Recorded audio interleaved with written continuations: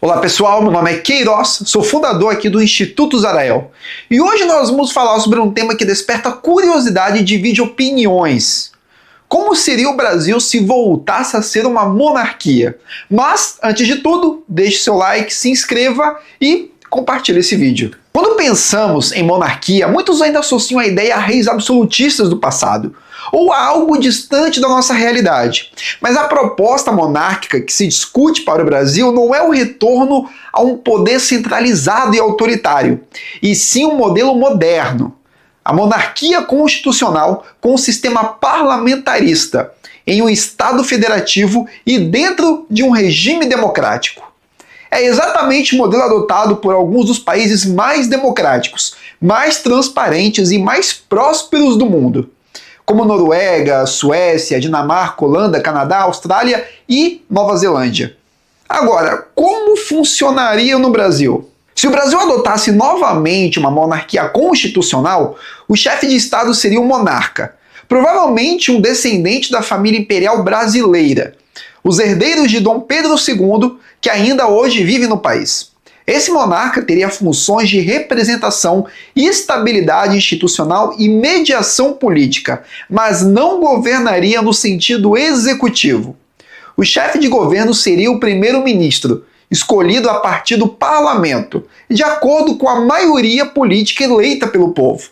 Assim, o rei ou o imperador não mandaria sozinho, mas funcionaria como um ponto de equilíbrio. Em caso de crises, dissoluções de governo ou impasses políticos, ele teria autoridade para convocar novas eleições e garantir que o sistema não entre em colapso. Isso reduz o risco de instabilidade, golpes e rupturas institucionais, que são problemas recorrentes da nossa república presidencialista. Os benefícios. Bom, entre os países mais democráticos do mundo, a maioria é monarquia parlamentarista. Entre os mais honestos e menos corruptos, a mesma coisa. Isso não significa que a monarquia seja uma solução mágica, mas que o modelo traz uma estabilidade institucional que favorece a transparência e o bom funcionamento das instituições. Nos países monárquicos modernos, a corrupção é menor porque o monarca não depende de eleições para permanecer no cargo. Ou seja, não precisa negociar favores políticos, cargos e verbas públicas para se reeleger. Ele representa uma figura neutra e estável acima das disputas partidárias. Já o primeiro-ministro, por depender diretamente da confiança do parlamento, pode ser trocado com facilidade se não corresponder às expectativas. Algo muito mais ágil do que o sistema presidencialista, em que um governante pode se manter no poder por 4 anos, mesmo após perder completamente a legitimidade.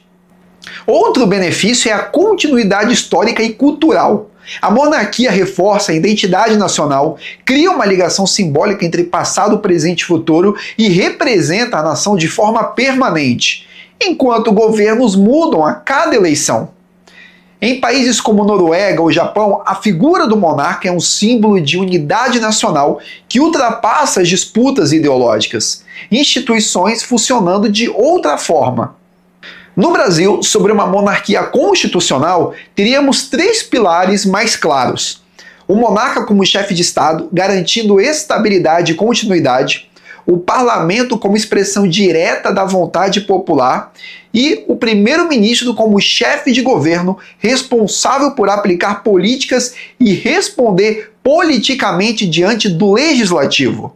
Esse sistema permitiria que o governo fosse mais responsivo às demandas da sociedade. Se um primeiro-ministro falhasse, poderia cair rapidamente, e um novo seria escolhido sem precisar esperar o fim do mandato. Além disso, experiências internacionais mostram que monarquias parlamentares costumam ter uma convivência política menos polarizada, porque o monarca atua como árbitro institucional, garantindo que a disputa democrática não se transforme em guerra civil ideológica. É claro que não podemos romantizar nem achar que a monarquia resolveria automaticamente todos os nossos problemas. A realidade brasileira é complexa e uma mudança de sistema de governo exigiria uma transformação cultural, institucional e política profunda. Mas os exemplos internacionais são claros. As monarquias constitucionais e parlamentares são sistemas que têm dado certo. Elas representam maior estabilidade, melhores índices de transparência, de democracia e de prosperidade econômica. Se voltássemos a ser uma monarquia, provavelmente teríamos como chefe de Estado um dos descendentes diretos da família imperial brasileira, herdeiros de Dom Pedro II. Eles não governariam no sentido executivo, mas simbolizariam a unidade nacional e garantiriam a estabilidade do sistema. No fim das contas, o debate não é sobre reis e rainhas no sentido romântico, mas sobre qual sistema institucional funciona melhor para dar estabilidade, honestidade e prosperidade a um país.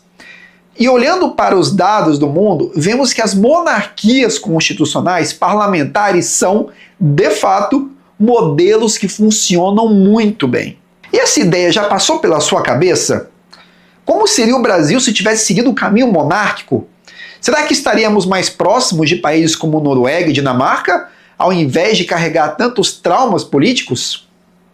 Se você gostou dessa reflexão e quer continuar pensando fora da caixa, se inscreva no Instituto Zarael. Aqui a gente busca despertar consciências, resgatar a verdade e refletir sobre caminhos para um Brasil melhor.